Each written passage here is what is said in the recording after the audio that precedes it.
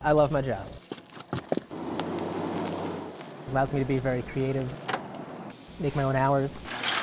Cleaning takes up the majority of my day. I'm Dave DeTorres. I'm the head brewer at John Harvard's Brew House. Today's a brew day. Starts with throwing malt into the mill. At that point, we are combining water and malt together. We add hops into the kettle.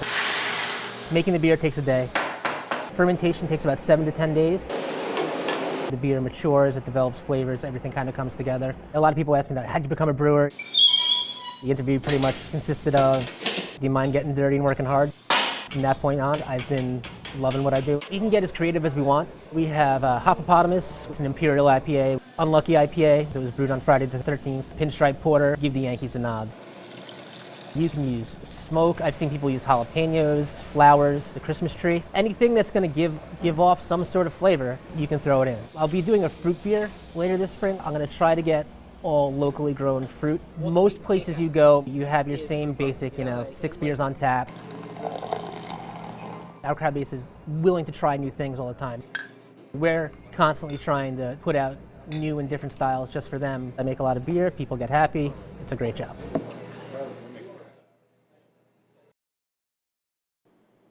Used to be written on a bathroom wall.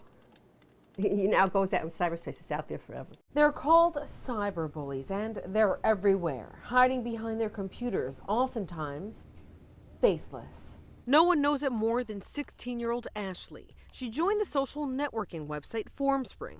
First, it was fun, receiving anonymous questions and comments. Then, it got ugly. When you sign up, you're looking for, oh, you're such a great person, oh, you're pretty. That was the case at first, but it changed so drastically, so quick. Talking about my physical appearance, rumors going around, certain things that I've done. It was just awful. But for Paula and Tom Pilkington, cyberbullying may have contributed to tragedy. Always fun. Everyone wants to be with her.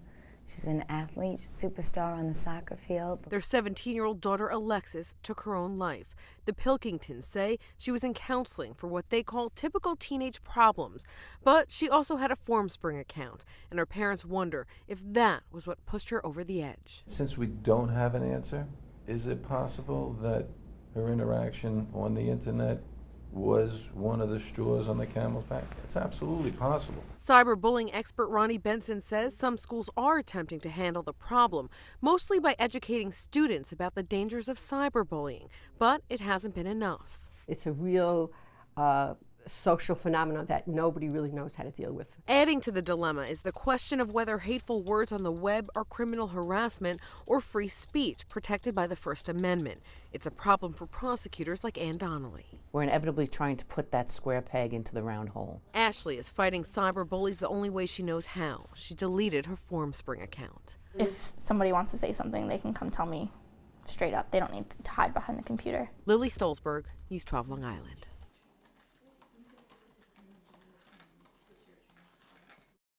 We're in between Gilgo and Cedar Beaches, actually, and one official says that the shark may have been hit by a boat, but we just don't know for sure. Unfortunately, however, it did not survive. But I don't want to waste any more time bringing you these amazing pictures that you saw first on 12.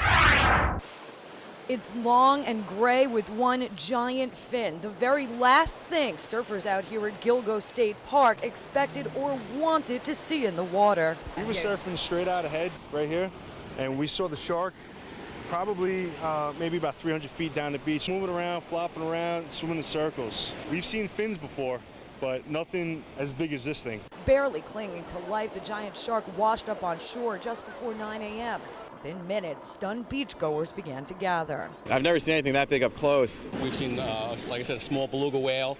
We've seen porpoises, but this is by and far at least 6-7 feet longer than anything I've ever seen on the beach.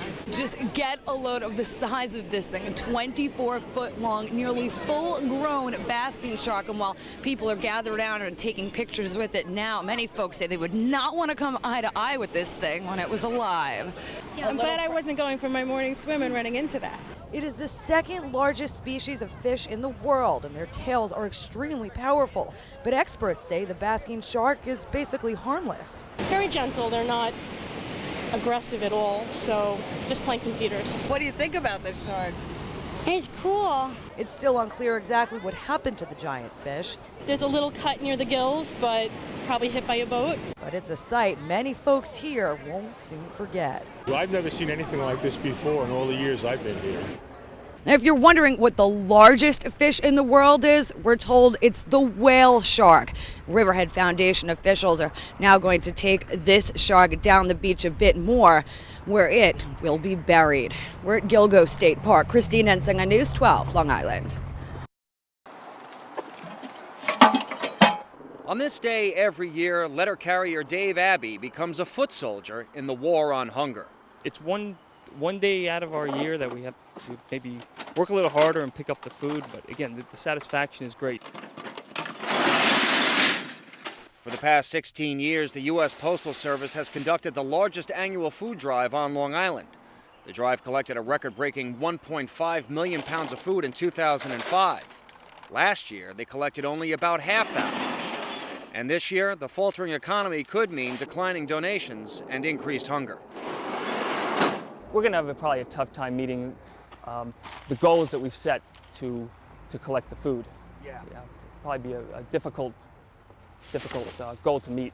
Yeah. And we understand that, it's, like I said, it's not so easy for everyone to donate. But Dave Abbey says he's undeterred. He encourages people to give what they can. Yeah, this is great.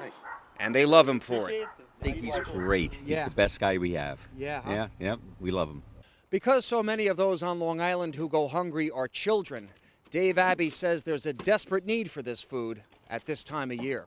They rely sometimes on subsidized or free lunch programs out of schools. And during the summer times, those programs aren't always running. This food drive, I know locally, it helps to restock those food pantries, which sometimes are running a little bit low this time of year. Abbey says anyone who still wants to make a donation can drop off food items to the local post office on Monday. In Syosset, Sean Bergen, News 12 Long Island.